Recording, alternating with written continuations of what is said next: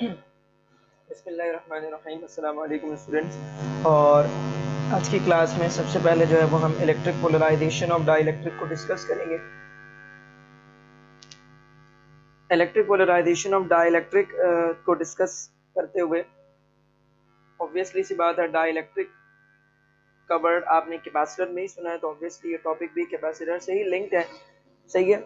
और कैपेसिटर के अंदर कैसे जब आप डाइलेक्ट्रिक प्लेस करते हैं तो उसमें इलेक्ट्रिक पोलराइजेशन कैसे जनरेट होती है, ठीक है, और उसकी वजह से क्या क्या इफेक्ट है, वो सारी चीजें मैं आपके साथ यहाँ पे अभी डिस्कस करूंगा। ठीक है। अच्छा, तो ये है फॉर एग्जांपल लेट्स से कि एक पैरेलल प्लेट की कैपेसिटर की प्लेट है like that, this is a positive plate and this is a negative plate. ठीक है, ये पॉजिटिव प्लेट के साथ हमने एक्सटर्नल वोल्टेज को कनेक्ट कर दिया और ये हमने नेगेटिव टर्मिनल ऑफ बैटरी के साथ जो है वो प्लेट को कनेक्ट कर दिया, तो ऑब्वियसली वहां पर नेगेटिव चार्जेस स्टोर्ड होंगे। अब स्टूडेंट आप देखिए कि दो तरह के एलिमेंट्स आपके पास मौजूद हैं। एक तो होते हैं आपके पास मेटल्स और दूसरे जो होते हैं स्टूडेंट्स होते हैं आपके पास नॉन मेटल्स। मेटल्स तो वो होते हैं स्टूडेंट जो कि इजीली तौर पर बाहर से उनको थोड़ी सी एनर्जी मिलती है और वो क्या कर लेते हैं, इलेक्ट्रॉन्स को अपने पास से लॉस कर देते हैं। लेकिन इसके बरक्स जो नॉन मेटल्स हैं स्टूडेंट, वो नॉन मेटल्स इलेक्ट्रॉन्स को लॉस नहीं करते बल्कि इलेक्ट्रॉन्स को गेन करने की एबिलिटी रखते हैं। ठीक है, तो नॉन मेटल स्टूडेंट्स इलेक्ट्रॉन्स को गेन करने की एबिलिटी रखते हैं। अब अगर कोई भी एक नॉन मेटल का एटम मैं यहाँ पर अगर प्लेस कर दूं, जैसे फॉर एग्जांपल आप यहाँ पर ले लीजिए ग्रुप 7 का कोई भी अगर एलिमेंट आप ले लें, ठीक है, तो उसके वैलेंस शेल में कितने इलेक्ट्रॉन्स होंगे आपके पास? 7 इलेक्ट्रॉन्स होंगे, क्योंकि ग्रुप नंबर जो है वो इंडिकेट करता है आपके पास वैलेंस शेल में मौजूद इलेक्ट्रॉन्स को। और सेंटर में उसके क्या होगा, न्यूक्लियस, मतलब पॉजिटिव चार्ज सेंटर में होगा। अब अगर इसी नॉन मेटल के एटम को मैंने यहाँ पर क्या कर दिया, ला करके इन दो प्लेट्स के सेंटर में प्लेस कर दिया। ठीक है, अब जैसे ही स्टूडेंट नॉन मेटल प्लेस होगा इस पैरेलल प्लेट कैपेसिटर की प्लेट्स के दरमियान, अब स्टूडेंट जो पॉजिटिव प्लेट है जिस पर चार्ज पॉजिटिव है, वो क्या करेगा, एटम में मौजूद नेगेटिव चार्जेस को अपनी तरफ अट्रैक्ट करेगा। और इसी तरह से ये जो नेगेटिव प्लेट है ये अपनी तरफ पॉजिटिव चार्ज को अट्रैक्ट करेगी। इट मींस एटम का न्यूक्लियस एक साइड पर शिफ्ट हो जाएगा और एटम के सारे इलेक्ट्रॉन एक तरफ पर शिफ्ट हो जाएंगे। मतलब एटम का ये वाला हिस्सा क्या हो गया, नेगेटिव, और ये वाला हिस्सा क्या हो गया, पॉजिटिव हो गया। अब ऑब्वियसली डाइलेक्ट्रिक आपके पास जो है वो आप जो 1 मिलीमीटर लेंगे या 2 मिलीमीटर का एक पीस लेंगे या 3 मिलीमीटर का एक पीस लेंगे या 5 मिलीमीटर का प्लेस लेंगे, यानी कि सब्सटेंस आप डाइलेक्ट्रिक जब आप लेंगे, कैपेसिटर तो आप सबने देखा है, उसके दरमियान में अगर हम डाइलेक्ट्रिक को प्लेस करें तो ऑब्वियसली उसमें एक एटम तो नहीं होगा, बहुत सारे एटम्स मौजूद होंगे। तो अगर फॉर एग्जाम्पल इतना बड़ा आपने डाइलेक्ट्रिक का जो है वो पीस लिया है, ठीक है, डाइलेक्ट्रिक आपने क्या किया, पीस लिया, तो उसमें एक एटम पर पॉजिटिव चार्ज और नेगेटिव चार्ज जनरेट हो जाएगा। ठीक है, दूसरे वाले पर भी पॉजिटिव चार्ज और नेगेटिव चार्ज, तीसरे वाले पर भी पॉजिटिव चार्ज नेगेटिव चार्ज। तो ये रफ सा स्केच मैंने बनाया। अब यहाँ पर क्या होगा student, for example if this is a positive plate, it is a negative plate of a capacitor. ठीक है, कैसे पता चलेगा, पॉजिटिव टर्मिनल से कनेक्ट कर देंगे, इसको नेगेटिव टर्मिनल से कनेक्ट कर देंगे। इस प्लेट पर चार्ज आ जाएगा पॉजिटिव चार्ज, इस प्लेट पर चार्ज आ जाएगा आपके पास नेगेटिव चार्ज। ठीक है, तो स्टूडेंट आपके पास यहाँ पर जो दरमियान में जो डाइलेक्ट्रिक प्लेस किया गया है, यहाँ पर डाइलेक्ट्रिक प्लेस करने की वजह से डाइलेक्ट्रिक का एक एटम जो उसके इस तरफ सारे इलेक्ट्रॉन जमा हो जाएंगे तो नेगेटिव चार्ज, और ये हो जाएगा पॉजिटिव चार्ज। दूसरा भी एटम उसका भी इस तरफ नेगेटिव चार्ज और इस तरफ पॉजिटिव चार्ज, क्योंकि नेगेटिव प्लेट की तरफ उसका पॉजिटिव चार्ज बनेगा। इसी तरह से आपके पास यहाँ पर negative charge positive charge negative charge positive charge, यहाँ पर जितने भी एटम्स होंगे negative charge positive charge negative charge और पॉजिटिव चार्ज। तो सारे के सारे एटम्स के अंदर स्टूडेंट्स पोलराइजेशन हो चुकी है, इनके अंदर डाइपोल्स आ चुके हैं, नेगेटिव और पॉजिटिव चार्जेस जो है वो उसके एक एक टर्मिनल्स पर जनरेट हो चुके हैं। तो इसी चीज को स्टूडेंट हम यहाँ पर क्या कह रहे हैं कि एटम जितने भी मौजूद हैं वो इलेक्ट्रिकली तौर पर क्या हो चुके हैं, पोलराइज्ड हो चुके हैं। ठीक है, क्या हो चुके हैं, पोलराइज्ड हो चुके हैं। अब स्टूडेंट हम जानते हैं कि इलेक्ट्रिक फील्ड जो होती है कैपेसिटर में, वो पॉजिटिव प्लेट से निकल कर कहाँ जा रही होती है, नेगेटिव प्लेट की तरफ। पॉजिटिव प्लेट से निकलेगी इलेक्ट्रिक फील्ड और कहाँ चले जाएगी, नेगेटिव प्लेट की तरफ। और इलेक्ट्रिक फील्ड जो है बेटा वो वेक्टर क्वांटिटी है, ठीक है। इसका मैग्नीट्यूड और डायरेक्शन दोनों इंपॉर्टेंट होता है। अब स्टूडेंट आप जब देखें यहाँ जितने भी एटम्स हैं उनमें भी तो पॉजिटिव और नेगेटिव चार्ज जनरेट हो रहा है, तो इनके भी तो अंदर इलेक्ट्रिक फील्ड बनना शुरू होगी। तो अगर गौर कीजिए तो पॉजिटिव से हमेशा इलेक्ट्रिक फील्ड निकलती है और कहाँ जाती है, नेगेटिव की तरफ। इस वाले एटम से भी पॉजिटिव से निकलेगी, नेगेटिव की तरफ जाएगी, पॉजिटिव से निकलेगी, नेगेटिव की तरफ जाएगी, पॉजिटिव से निकलेगी, नेगेटिव की तरफ जाएगी, पॉजिटिव से निकलेगी, नेगेटिव की तरफ जाएगी, पॉजिटिव से निकलेगी और नेगेटिव की तरफ जाएगी। तो इनकी वजह से भी आपके पास ओवरऑल जो है वो इलेक्ट्रिक फील्ड जो है वो जनरेट होंगी। अब एटम के अंदर जो इलेक्ट्रिक फील्ड की डायरेक्शन है और दो प्लेट्स के दरमियान जो इलेक्ट्रिक फील्ड की डायरेक्शन है, ये दोनों रिवर्स है। तो अब अगर फॉर एग्जांपल कैपेसिटर के अंदर मैं इलेक्ट्रिक फील्ड की बात करूं, तो जब तक डाइलेक्ट्रिक प्लेस नहीं किया गया था तो सिर्फ और सिर्फ दो प्लेट्स के दरमियान जो इलेक्ट्रिक फील्ड थी बस वही कैपेसिटर की इलेक्ट्रिक फील्ड कंसीडर हो रही थी। लेकिन अब एटम्स के भी अंदर इलेक्ट्रिक फील्ड जो है वो जनरेट होगी, ठीक है। तो अब जो टोटल इलेक्ट्रिक फील्ड या नेट इलेक्ट्रिक फील्ड जो स्टूडेंट कैपेसिटर के अंदर आपके पास नोट की जाएगी, तो वो नेट इलेक्ट्रिक फील्ड आप कैसे निकालेंगे, आप निकालेंगे कि भाई वो इलेक्ट्रिक फील्ड जो नेट इलेक्ट्रिक फील्ड है ये प्लेट्स की भी वजह से जनरेट हो रही है। और यहाँ पर आपके पास जो स्टूडेंट है वो डाई इलेक्ट्रिक में जितने भी एटम्स हैं उन सब के अंदर पोलराइजेशन होने के बाद उनकी जो इलेक्ट्रिक फील्ड जनरेट हो रही है वो भी आपके पास कैपेसिटर की इलेक्ट्रिक फील्ड में शामिल कर दी जाएगी, ठीक है। और जो इलेक्ट्रिक फील्ड है स्टूडेंट, उसकी जो डायरेक्शन है प्लेट्स वाली इलेक्ट्रिक फील्ड, उसकी डायरेक्शन और जो चार्जेस के अंदर या डाइलेक्ट्रिक के अंदर जो इलेक्ट्रिक फील्ड बनना शुरू हुई है उसकी डायरेक्शन बिल्कुल रिवर्स है। तो डायरेक्शन रिवर्स है तो ऑब्वियसली हमने डाइलेक्ट्रिक के साथ क्या लगाना होगा, माइनस लगाएंगे। और दरमियान में आपके पास जब नेट निकालते हुए प्लस और माइनस होगा तो यहाँ पे माइनस आ जाएगा। यानी ये फॉर्मूले में यही था कि आप टोटल है जो नेट इलेक्ट्रिक फील्ड है वो कैसे निकालोगे, प्लेट्स की जो इलेक्ट्रिक फील्ड है उसको आप ऐड कर दें जो डाइलेक्ट्रिक की इलेक्ट्रिक फील्ड है उसकी वजह से। तो डाइलेक्ट्रिक वाली इलेक्ट्रिक फील्ड की डायरेक्शन जो थी वो थी रिवर्स, तो इसके लिए हमने लगाया था माइनस। तो फॉर्मूले का प्लस और माइनस यहाँ पर क्या आ जाएगा, आगे चल करके माइनस। तो मैंने एक स्टेप करने के बजाय मैंने डायरेक्टली यहाँ पर लिख दिया कि नेट जो इलेक्ट्रिक फील्ड होगी स्टूडेंट वो किसके इक्वल होगी, इलेक्ट्रिक फील्ड जो कि प्लेट्स की वजह से है, माइनस करेंगे आप उसमें से क्या, डाइलेक्ट्रिक वाली इलेक्ट्रिक फील्ड। तो स्टूडेंट अब यहाँ पर मैं आपको एक चीज बता रहा हूँ, यहाँ पर आपके पास एमसीक्यू बनता है कि भाई जो नेट इलेक्ट्रिक फील्ड होती है डाइलेक्ट्रिक प्लेस करने के बाद वो डिक्रीज हो जाती है या इंक्रीज हो जाती है।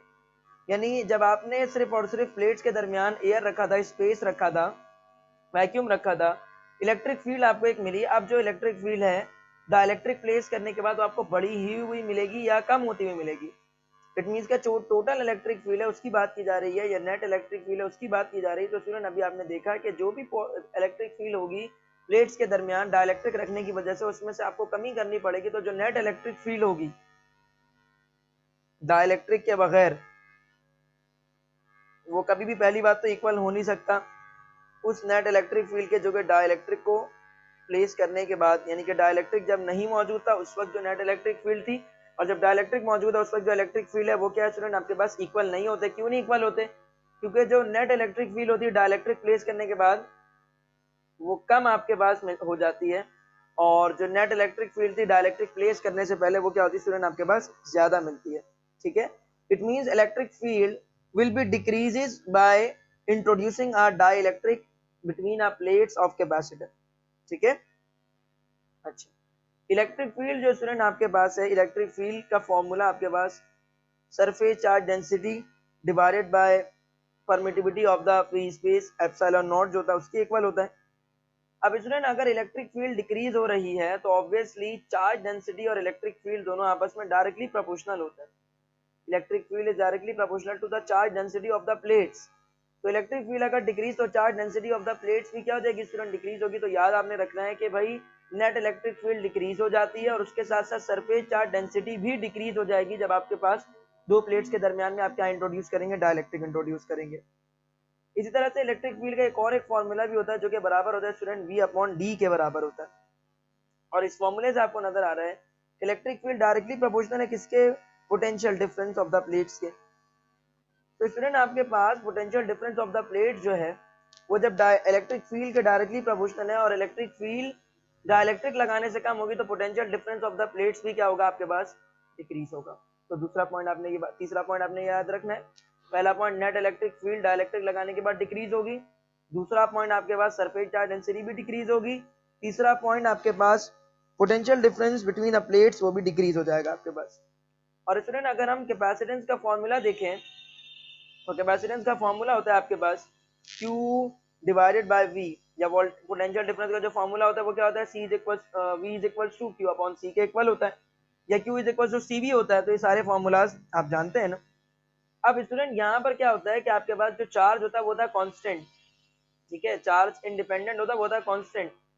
तो कूलम जो होता है आपके पास, सॉरी, जो कैपेसिटेंस होती है वो इनवर्सली प्रोपोर्शनल होती है किसके, पोटेंशियल डिफरेंस के। तो जब आपने डाइलेक्ट्रिक प्लेस कर दिया है, डाइलेक्ट्रिक प्लेस करने के बाद स्टूडेंट जो पोटेंशियल डिफरेंस होगा वो पोटेंशियल डिफरेंस डिक्रीज होता हुआ नजर आ रहा है आपको जब डाइलेक्ट्रिक आपने प्लेस किया है। तो कैपेसिटेंस क्या होगी, इंक्रीज होगी। तो आपने याद रखना है कि डाइलेक्ट्रिक प्लेस करने के बाद कैपेसिटेंस क्या हो जाएगी स्टूडेंट, इंक्रीज होगी। तो ये 14 पॉइंट भी आपको ध्यान में रखना है। और पांचवा पॉइंट ये ध्यान में रखना है कि during a whole process when a dielectric has been introduced तो capacitance will be increase but the charge will store will remain constant. बताते हुए ये बात यहाँ पर मैं क्लियर करता चलूँ, ये तमाम कंडीशन स्टूडेंट मैं उस वक्त आपके पास डिस्कस कर रहा हूँ कि जब आपने कैपेसिटर को एक बार चार्ज किया, मतलब आपने यहाँ से स्विच फॉर एग्जांपल यहाँ पर मैंने एक बटन लगाया, की लगाई मैंने, ठीक है, उस स्विच को मैंने ऑन रखा था और थोड़ी देर के बाद मैंने क्या किया, उसको जब मेरे पास कैपेसिटर चार्ज हो गया तो मैंने उस स्विच को ओपन कर दिया और अब ये तमाम कंडीशन उसके अंदर है। यानी कि जब कैपेसिटर चार्ज हो गया, चार्ज होने के बाद, सही है, आपने पहले आपने क्या किया, यहाँ पर डाइलेक्ट्रिक इंट्रोड्यूस कर दिया है, कैपेसिटर को चार्ज कर दिया है और अब आपने बैटरी डिस्कनेक्ट कर दी है या बैटरी हटा दी है तो भाई डाइलेक्ट्रिक लग चुका है। अब क्या होगा आपके पास, अब जो है जब डाइलेक्ट्रिक नहीं मौजूद था, कैपेसिटर को चार्ज किया गया और उसी तरह का एक और कैपेसिटर उसी कंपनी का उतने ही फेराड का लिया गया और उसके दरमियान डाइलेक्ट्रिक प्लेस किया गया और उसके बाद उसे चार्ज किया गया सेम उसी वोल्टेज से, ठीक है, लेकिन उसमें डाइलेक्ट्रिक मौजूद है। तो दोनों की इलेक्ट्रिक फील्ड को अगर आप कंपेयर करेंगे तो जिसमें डाइलेक्ट्रिक मौजूद है उसकी नेट इलेक्ट्रिक फील्ड कम मिलेगी, जिसमें नहीं था उसकी इलेक्ट्रिक फील्ड ज्यादा मिलेगी। सरफेस चार्ज डेंसिटी जिसमें डाइलेक्ट्रिक मौजूद है, इलेक्ट्रिक फील्ड उसके अंदर कम हो चुकी है तो obviously surface charge density potential difference कम मिलेगा। चार्ज दोनों के दोनों कैपेसिटर में आपको सेम मिलेंगे क्योंकि चार्ज डिपेंड नहीं करता, कांस्टेंट होता है, सही है। और कैपेसिटेंस आपके पास जिस कैपेसिटर में आपके पास जो है ना स्टूडेंट डाइलेक्ट्रिक नहीं प्लेस किया गया था, सही है, उसमें आप कैपेसिटेंस देखेंगे और जिस पर डाइलेक्ट्रिक प्लेस कर दिया है आपने उसमें कैपेसिटेंस देखेंगे तो कैपेसिटेंस बढ़ी हुई आपको मिल जाएगी, ठीक है। और जो न्यू कैपेसिटेंस होगी आपके पास, डाइलेक्ट्रिक प्लेस कर दिया है आपने, अब जो न्यू कैपेसिटेंस है वो आप कैसे निकालेंगे, तो डाइलेक्ट्रिक प्लेस करने के बाद स्टूडेंट जो न्यू कैपेसिटेंस होगी वो प्रीवियस कैपेसिटेंस के रिलेटिव टाइम परमिटिविटी जो है वो इंक्रीज हो जाएगी। यानी कि जो डाइलेक्ट्रिक प्लेस करने के बाद जो कैपेसिटेंस का फॉर्मूला बनेगा वो स्टूडेंट ये वाला फॉर्मूला बनेगा, याद रखें, capacitance of dielectric is equal to capacitance when the dielectric was not present multiply by relative permittivity, ठीक है। और कैपेसिटेंस का फॉर्मूला किसके इक्वल होता है स्टूडेंट, कैपेसिटेंस बराबर होता है आपके पास ए एप्सिलॉन नॉट के। तो आपने यहाँ पर लगाया ए एप्सिलॉन नॉट और यहाँ पर आपने क्या लगा दिया, रिलेटिव परमिटिविटी। तो कैपेसिटेंस किसके इक्वल होता है, A epsilon naught area to epsilon naught K, ठीक है। और potential difference obviously student dielectric लगाने के बाद डिक्रीज हो गया, तो कितना डिक्रीज हो गया कैसे निकालेंगे, वोल्टेज जो आपने निकालना है दैट इज वी डैश, या फिर आप लिख दें कि वोल्टेज डिफरेंस जो आप निकाल रहे हैं, पोटेंशियल डिफरेंस आप जो निकाल रहे हैं वो डाइलेक्ट्रिक लगाने के बाद आप निकाल रहे हैं, वो कैसे निकलेगा, डिक्रीज होगा। तो ऑब्वियसली कितने टाइम डिक्रीज होगा, एप्सिलॉन नॉट टाइम्स डिक्रीज होगा। और वोल्टेज या पोटेंशियल डिफरेंस स्टूडेंट आपके पास electric field is to distance between a plates के भी इक्वल होता है और नीचे आपके पास एप्सिलॉन आर वैसे ही रहेगा। तो ये आप चाहे ये वाला फॉर्मूला लगा दें, ठीक है, या फिर ये वाला फॉर्मूला आप लगाकर निकाल सकते हैं। जो न्यू वोल्टेज अपियर हो रहा है बिटवीन अ प्लेट या फिर न्यू पोटेंशियल डिफरेंस जो प्लेट के दरमियान अपियर होगा वो आप कैसे निकालेंगे, इस तरह से आपके पास ये फॉर्मूला है। और कैपेसिटेंस आपके पास जो है डाइलेक्ट्रिक लगाने के बाद कैसे फाइंड आउट होगी ये भी आपके पास ये फॉर्मूला मैंने आपको बताया। ये बात मैं अगेन क्लियर करता चलूं कि अभी ये कंडीशन है कि कैपेसिटर के दरमियान आपने डाइलेक्ट्रिक लगाया, कैपेसिटर को चार्ज किया और चार्ज करने के बाद आपने यहाँ से बैटरी का कनेक्शन डिस्कनेक्ट कर दिया है, मतलब बैटरी अभी दोबारा से पोटेंशियल अप्लाई नहीं कर रही, या बैटरी को ही हटा दिया है, मतलब बस पोटेंशियल जो बाहर से प्लेट्स को अप्लाई हो रहा था बैटरी की मदद से वो अब नहीं हो रहा। स्टूडेंट स्क्रीनशॉट लीजिए ताकि हम आगे बढ़ सकें, ठीक है। अब स्टूडेंट दूसरा जो आपके पास केस है वो ये है कि भाई आपने डाइलेक्ट्रिक भी प्लेस कर दिया और आपने बैटरी लगाई और लगाने के बाद जो है चार्ज कर रहे हैं और चार्ज करते ही रह रहे हैं, आपने बैटरी डिस्कनेक्ट नहीं की, बैटरी आपने नहीं निकाली सेटअप से, battery is continuously attach with the two plates, ठीक है। यानी when a dielectric is placed, यानी कि आपके पास जो है डाइलेक्ट्रिक मौजूद है, dielectric is placed as well as the battery is connected, battery भी आपके पास क्या है स्टूडेंट, आपके पास बैटरी कनेक्टेड है, बैटरी आपने रिमूव नहीं की, डाइलेक्ट्रिक हैज बीन प्लेस्ड और बैटरी भी कनेक्टेड है, battery is continuously connect, battery has not been detached, ठीक है। तो स्टूडेंट ऑब्वियसली सी बात है, बैटरी आपने कनेक्ट की हुई है, तो बैटरी आपने जब कनेक्ट की हुई तो मजीद जो चार्ज है वो अब और ट्रांसफर उसमें होता रहेगा, और अब जो है कैपेसिटर के अंदर आपके पास Q जो है वो आपको इंक्रीज होता हुआ नजर आएगा। ये फर्क है, पहले चार्ज विल कांस्टेंट, लेकिन अब जब आपने डाइलेक्ट्रिक प्लेस किया है और आपने बैटरी को कंटिन्यूअसली अटैच करके रखा है, तो पहले के मुकाबले वही कैपेसिटर जिसमें डाइलेक्ट्रिक आपने लगाया था अभी भी वही कैपेसिटर है, लेकिन आपने पोटेंशियल अप्लाई करना छोड़ दिया था। अब पोटेंशियल आप अप्लाई बाहर से करते रहेंगे, मतलब बैटरी से कनेक्ट करके रखेंगे, एक्सटर्नल सोर्स से कनेक्ट करके रखेंगे, तो चार्ज मजीद उसमें ट्रांसफर होगा और चार्ज जो उसके अंदर स्टोर होना है वो और मजीद स्टोर होगा, और एज अ रिजल्ट टोटल जो चार्ज होगा वो हो जाएगा इंक्रीज।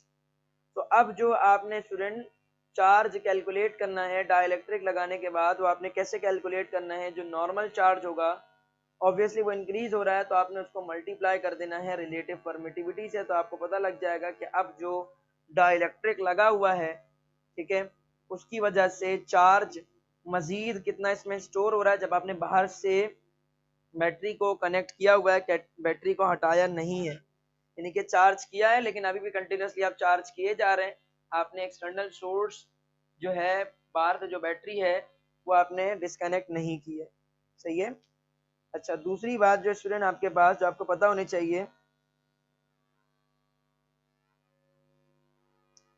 ये बात हम प्रीवियस लेक्चर्स के अंदर कर चुके हैं कि कैपेसिटर्स का जो वोल्टेज डिफरेंस कह लें या पोटेंशियल डिफरेंस उसका जो प्लेट का होता है वो बिल्कुल इक्वल होता है किसके, बैटरी के पोटेंशियल डिफरेंस के। जब तक बैटरी के जितना पोटेंशियल डिफरेंस नहीं हो जाता तब तक पोटेंशियल बढ़ता रहता है बैटरी का, सॉरी प्लेट्स का, और एक वक्त आता है कि प्लेट्स के दरमियान जो पोटेंशियल डिफरेंस आप निकालते हैं बाहर से, जो आपने एक्सटर्नल सोर्स दिया है, जैसे 3 वोल्ट की बैटरी लगाई, तो प्लेट्स के दरमियान जो पोटेंशियल डिफरेंस आपको मिलता है वो भी आपको जो है स्टूडेंट 3 वोल्ट मिल जाता है। पोटेंशियल डिफरेंस की वैल्यू जब इक्वल हो जाती है आपके पास बाहर से अप्लाइड डिवाइस के पोटेंशियल के, तो उस वक्त जो है पोटेंशियल मजीद बढ़ना जो है वो रुक जाता है, कांस्टेंट हो जाता है। लेकिन जब आप डाइलेक्ट्रिक को इंट्रोड्यूस करेंगे, ठीक है, डाइलेक्ट्रिक को आपने क्या कर दिया, इंट्रोड्यूस कर दिया, तो जब तक आपने डाइलेक्ट्रिक को इंट्रोड्यूस नहीं किया था, ठीक है, यानी कि आपने बाहर से बैटरी लगाई हुई है, चार्ज करे जा रहे हैं, लेकिन दरमियान में डाइलेक्ट्रिक नहीं लगाया, तो थोड़े वक्तों के बाद क्या होगा, आपके पास पोटेंशियल डिफरेंस कांस्टेंट हो गया क्योंकि मजीद नहीं बढ़ेगा। तो स्टार्ट में क्या होगा, जब तक आपने डाइलेक्ट्रिक नहीं लगाया तो आपको potential difference between a plate क्या मिल जाएगा, कांस्टेंट मिलेगा। लेकिन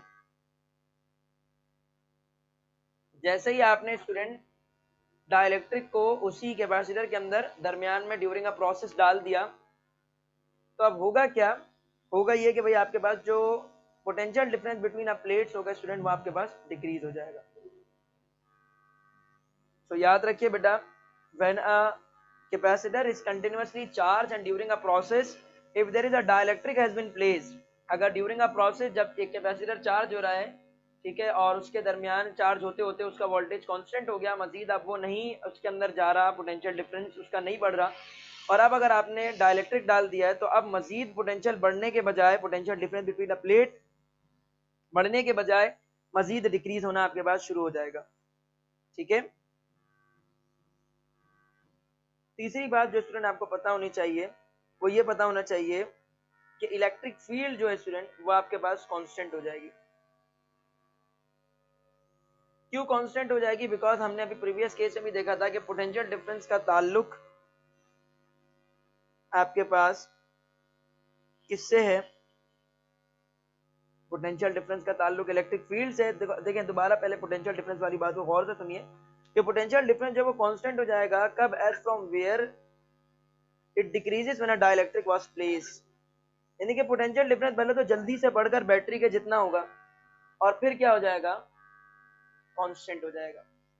यानी ये वाली बात आप लोगों को अभी तक ये लग रही है कि कंटिन्यूअसली वो डिक्रीज होता रहेगा। नहीं, कंटिन्यूअसली वो डिक्रीज नहीं होता रहेगा। देखो आपने प्लेट्स लगाई, ये बाहर से आपने कनेक्ट कर दिया इसको बैटरी से, ठीक है, इसमें पॉजिटिव प्लेट हो गई है और ये नेगेटिव प्लेट हो गई, चार्ज स्टोर हुआ, अब मजीद पोटेंशियल डिफरेंस नहीं बढ़ रहा, सही है। लेकिन डाइलेक्ट्रिक जब आपने लगाया, डाइलेक्ट्रिक लगाने की वजह से पोटेंशियल डिफरेंस क्या हो जाएगा? फौरी तौर पर बिल्कुल अचानक से डिक्रीज हो जाएगा। लेकिन उस वक्त तक पोटेंशियल फ्लो करता रहता है, कैपेसिटर उस वक्त तक चार्ज होता रहता है जब तक उसकी दोनों प्लेट्स के दरमियान जो पोटेंशियल डिफरेंस है वो बाहर से अप्लाई किए हुए पोटेंशियल के बिल्कुल इक्वल ना हो जाए, तब तक ये फ्लो होता रहता है। तो जैसे ही डाइलेक्ट्रिक लगाया पोटेंशियल डिफरेंस डिक्रीज हो गया, लेकिन जैसे ही डिक्रीज होगा तो दोबारा से आपके पास पोटेंशियल जो है प्लेट का बढ़ना शुरू होगा और पोटेंशियल क्या होगा? कांस्टेंट हो जाएगा। यानी कि पहले क्या था? वोल्टेज आपके पास कांस्टेंट था, potential difference between a plate constant था। लेकिन जैसे ही आपने डाइलेक्ट्रिक इंट्रोड्यूस किया, डाइलेक्ट्रिक इंट्रोड्यूस करने से पोटेंशियल डिफरेंस डिक्रीज होगा।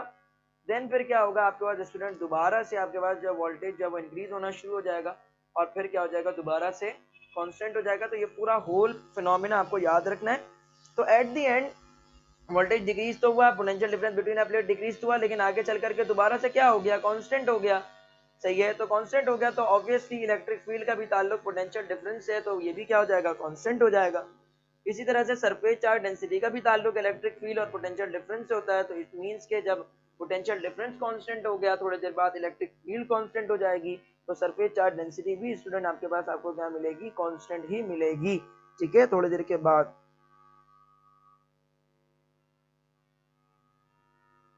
लेकिन एक बहुत अहम बात, और वो अहम बात कैपेसिटेंस के हवाले से, और वो अहम बात कैपेसिटेंस के हवाले से स्टूडेंट क्या है?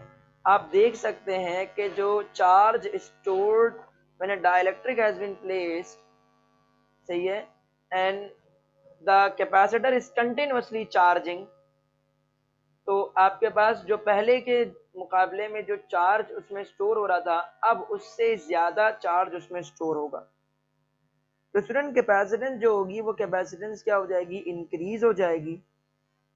कैपेसिटेंस क्यों इंक्रीज होगी? क्योंकि capacitance related with a charge, और जब डाइलेक्ट्रिक प्लेस किया गया है तो चार्जेस डाइलेक्ट्रिक के लगने के बाद और बढ़ गए, तो कैपेसिटेंस डाइलेक्ट्रिक वाली जो होगी वो आपको बढ़ी हुई मिलेगी। तो कैपेसिटेंस डाइलेक्ट्रिक वाली, जबकि कैपेसिटेंस जब डाइलेक्ट्रिक आपके पास मौजूद नहीं था, ठीक है, कैपेसिटेंस आपको ज्यादा मिलेगी कब? जब आपका डाइलेक्ट्रिक प्लेस कर दिया जाएगा। ठीक है, और डाइलेक्ट्रिक को प्लेस करने के बाद जो कैपेसिटेंस का फॉर्मूला होगा स्टूडेंट वो होगा आपके पास A epsilon naught relative permittivity divided by the distance between a plates of a capacitor. ठीक है, तो स्टूडेंट ये दोनों चीजें आपने देखी कि जब डाइलेक्ट्रिक आपने प्लेस किया और बैटरी आपने कनेक्ट की और कनेक्ट करके रखी रहे, और इससे पहले केस में ये था कि आपने डाइलेक्ट्रिक प्लेस कर दिया लेकिन बैटरी आपने डाइलेक्ट्रिक को लगाने के बाद डिस्कनेक्ट कर दी, सही है। यानी कि दो कंडीशन है, डाइलेक्ट्रिक लगाया, बैटरी लगा के रखी, डाइलेक्ट्रिक लगाया, बैटरी हटा दी। दोनों कंडीशन में जो स्टार्टिंग की चीजें हैं वो फिर भी एक दूसरे से कंडीशन में वेरी कर रही हैं, लेकिन जो आखिरी चीज है कैपेसिटेंस, डाइलेक्ट्रिक प्लेस करने के बाद बढ़ गई, चाहे बैटरी कनेक्ट हुई भी रहे या बैटरी आपके पास ना रहे। Capacitance will increase. कैपेसिटेंस का बेसिकली ताल्लुक स्टूडेंट डाइलेक्ट्रिक से, याद रखिएगा, जब भी डाइलेक्ट्रिक प्लेस किया जाएगा, जब भी डाइलेक्ट्रिक प्लेस किया जाएगा, चाहे बाहर से बैटरी कनेक्ट करके रखी जाए, चाहे बाहर से बैटरी आप डिस्कनेक्ट कर दें, दोनों कंडीशन में कैपेसिटेंस आपके पास जो होगी स्टूडेंट वो आपको क्या मिलेगी? इंक्रीज हुई भी मिलेगी। ठीक है, दोनों कंडीशन में कैपेसिटेंस आपको इंक्रीज होकर के मिलेगी। अब स्टूडेंट हम देखने वाले हैं कि एनर्जी जो है वो पैरेलल प्लेट कैपेसिटर में जो स्टोर होती है उसके हवाले से अब हमें देखना है। तो मैं स्क्रीन को क्लियर करूंगा।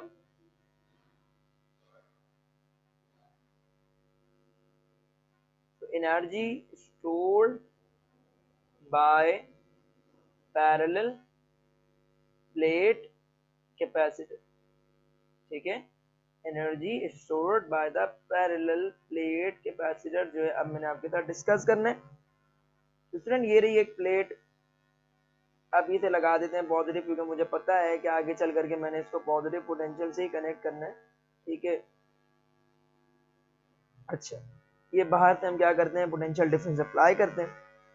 अब स्टूडेंट मैंने ये कहा कि energy stored by the parallel plate capacitor की जब मैं बात कर रहा हूँ, तो स्टूडेंट जब मैंने पोटेंशियल अप्लाई किया ही नहीं था इन्हीं दो प्लेट्स के दरमियान में, तो उस वक्त जो इनिशियल पोटेंशियल होगा, ठीक है, इनिशियल पोटेंशियल होगा वो क्या मिलेगा आपको, जीरो मिलेगा। ऑब्वियसली इनिशियल पोटेंशियल डिफरेंस क्या मिलेगा, जीरो।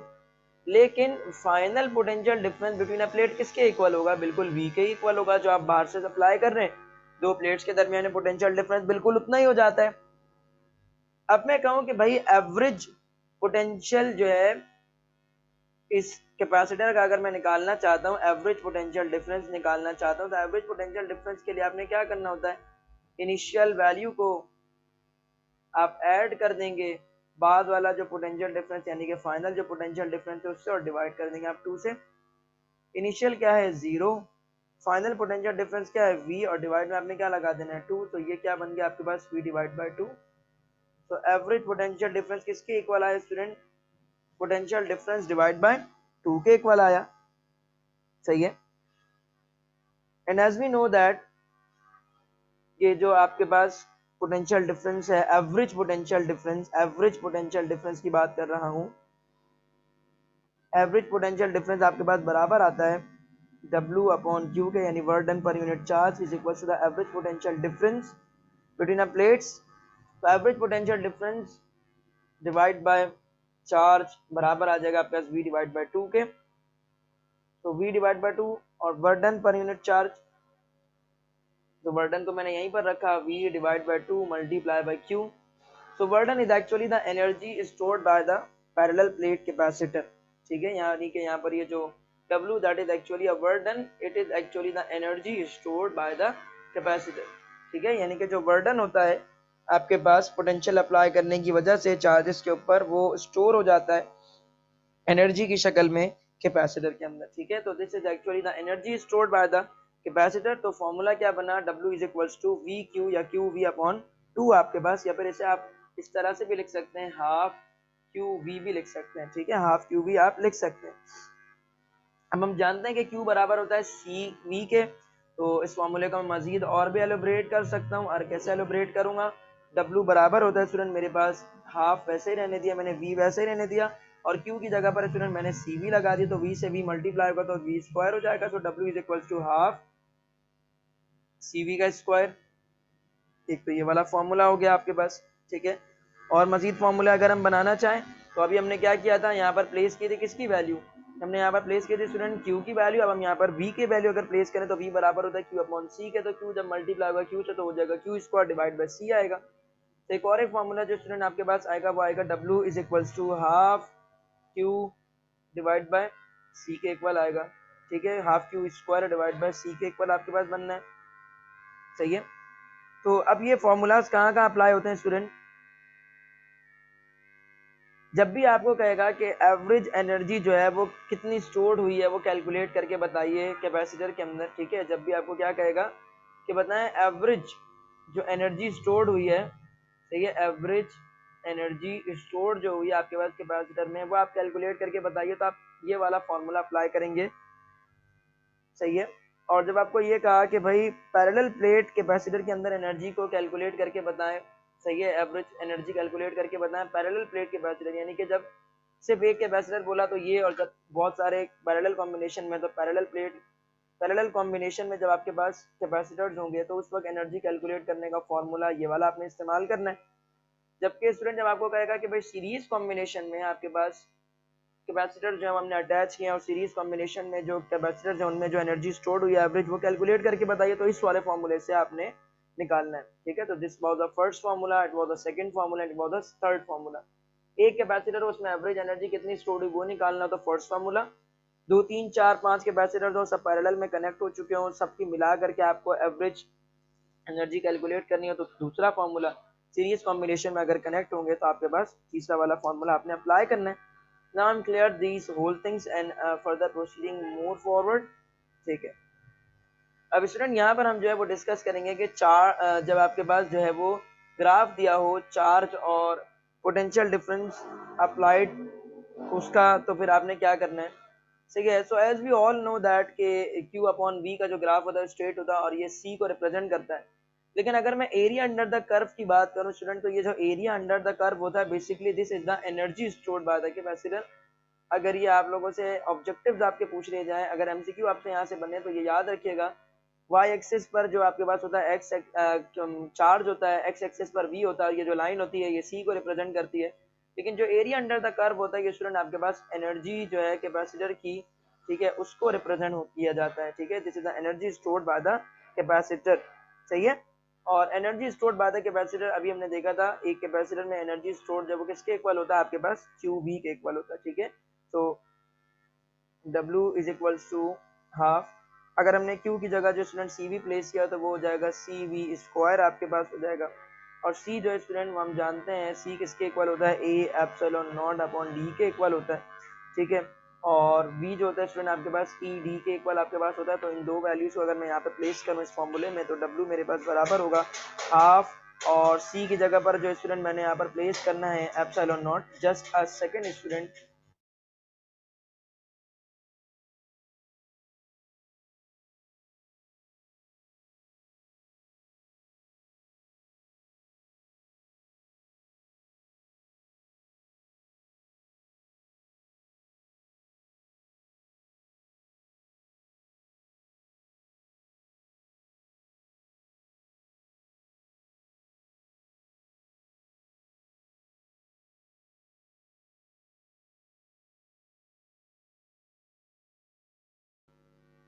ओके, सो स्टूडेंट यहाँ पर बात ये चल रही थी कि अगर मैं यहाँ पर जो है वो C की वैल्यू और V की वैल्यू प्लेस करूँ तो मेरे पास एट दी एंड फॉर्मूला क्या बनेगा। तो C की जगह पर अगर मैंने A epsilon not divide by D place कर देना, और V की जगह पर जो है मैंने यहाँ पर E और D प्लेस करना है। E और D का हो जाएगा स्क्वायर, सो ये हो जाएगा half area epsilon not divide by D, और ये हो जाएगा आपके पास इलेक्ट्रिक फील्ड का स्क्वायर और D का भी स्क्वायर। आपके पास D स्क्वायर से आपके पास ये D कैंसिल हो जाएगा, आपके पास ये बचेगा half area epsilon naught is to electric field का स्क्वायर। ठीक है, और ये बचेगा आपके पास D।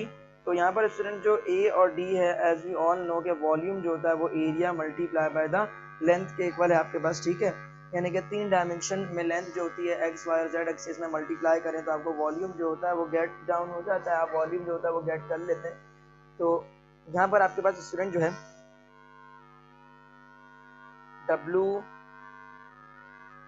जो कि है आपके पास, सॉरी ये सब किसके इक्वल है, energy stored by the capacitor. तो मैं यहाँ लिख रहा हूँ स्टूडेंट W के नीचे अगर मैं यहाँ पर एरिया और डिस्टेंस बिटवीन अ प्लेट्स रखूँ तो ये किसके इक्वल होगा, half epsilon naught is to electric field का स्क्वायर जो है उसके इक्वल हो जाएगा आपके पास।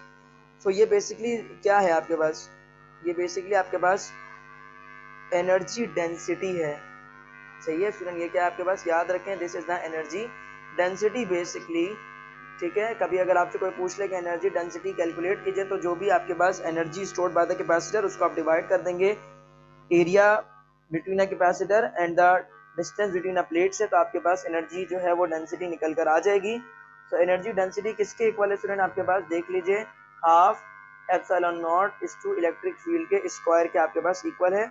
मतलब इलेक्ट्रिक जो एनर्जी डेंसिटी है कैपेसिटर की वो डायरेक्टली प्रोपोर्शनल हो गई इलेक्ट्रिक फील्ड के स्क्वायर टाइम्स। ठीक है, अच्छा अब स्टूडेंट आपके पास डाइलेक्ट्रिक जो है, सही है, आपने प्लेस कर दिया चार्जेस जो स्टोर हो रहे हैं बैटरी के अंदर, आपने डाइलेक्ट्रिक को प्लेस किया।